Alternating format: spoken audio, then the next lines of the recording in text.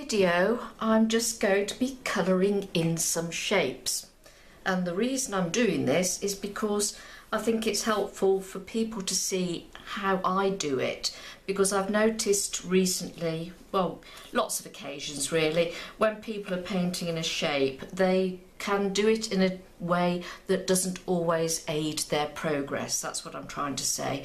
Let's look at this shape for example. Now I'm using a number 6 brush, so quite a small brush, but I see a lot of people, if they have a shape like this, they will go round the outside and draw a line.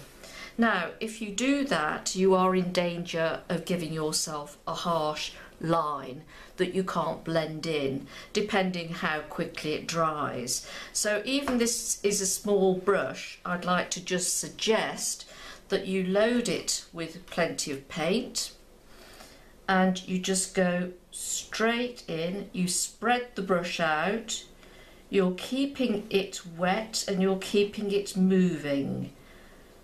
This way you've got the point of the brush which is going right up to your line, keeping it nice and neat if that's what you want. You're using the point of the brush to get in there, and then you're pulling out and you're going back up there and you're pulling out there, and then you keep moving quite quickly, back for a bit of water, back for some more colour, then you can just whoosh that around quite quickly, neaten off the edges, turn the paper around if it suits you, and do the other side. Let me just tidy that bit up. It would probably be better to use a bigger size brush for that, but I just wanted to use a small brush just to show you how you can do it, and then you can go back and fill in any gaps. That way you are more likely to get it covered in a fairly even way. You can just reload your brush with it. Oh dear, now I've gone over the edge. Wasn't my intention. There we go. You can just go over with a wet brush and just sort of even it out. So that is a way of colouring in, so to speak. Now if you're using a big area, if you've got a big area like this, then it's probably advisable to have a bigger brush. So I'm going to go to, this is a number 10, that's okay. No I won't, I'll use a number 8, okay. Now because this is a bigger area, what I'm going to do is I'm going to wet it first. Doesn't have to be precisely everywhere, just wet the surface so that you're not going straight on to dry paint. Then load your brush, and again you can go round the outside, get more water. That's dried off quickly.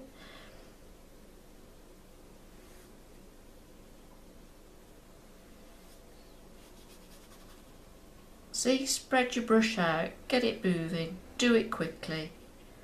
Don't take too long about it before the paint dries off.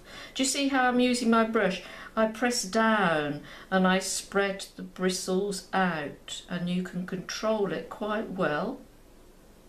Your steady hand, but it doesn't need to be too steady because you're resting your wrist on the paper or the board as I am, and I'm just going with the shape.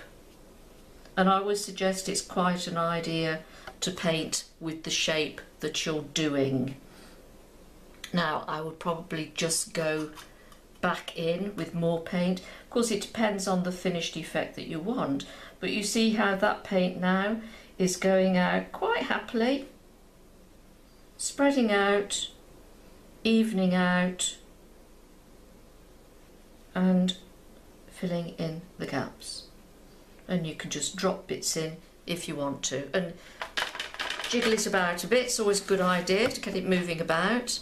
Now if you're doing a small shape like this, there's no need to wet the area. See, I'm using this bigger brush still, number 8. Just go in round the edge, spread the brush out.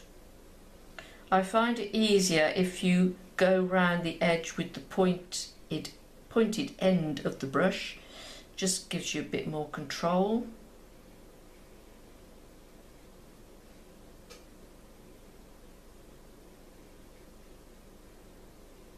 And there you go. Suck that drip out if you don't want it.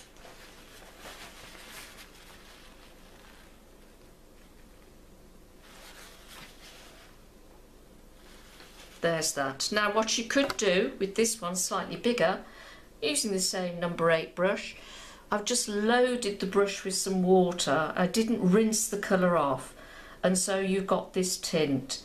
So what you can do, so you can see where you are going, just get it all over the area roughly.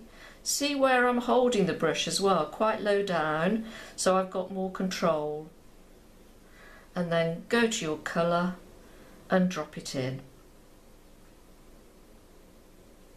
And see how that is moving about quite happily. Remember, the paint will only go where the water is.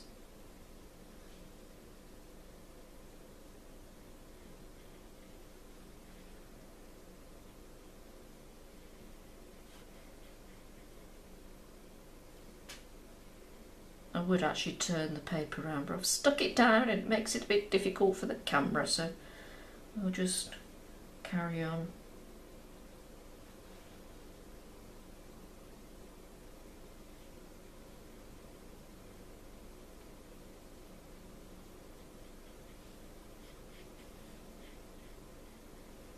So there you are, some shapes to colour in. So remember, if you want to have control of your brush, use it like you would a pen.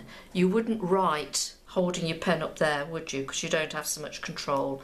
So hold it down here and rest your hand or your wrist as much as you can if you want to be steady. But remember, don't always go round the edge like that. Think about it, go back to your paint, and then you find, oh, it's dried off and I can't move it. So just think about how you are using your brush, the marks you are making. You can make a very thin mark, remember, with one brush, or press it down and you get that incredibly thick mark. So just be more mindful when you're using your paintbrush how you're using it.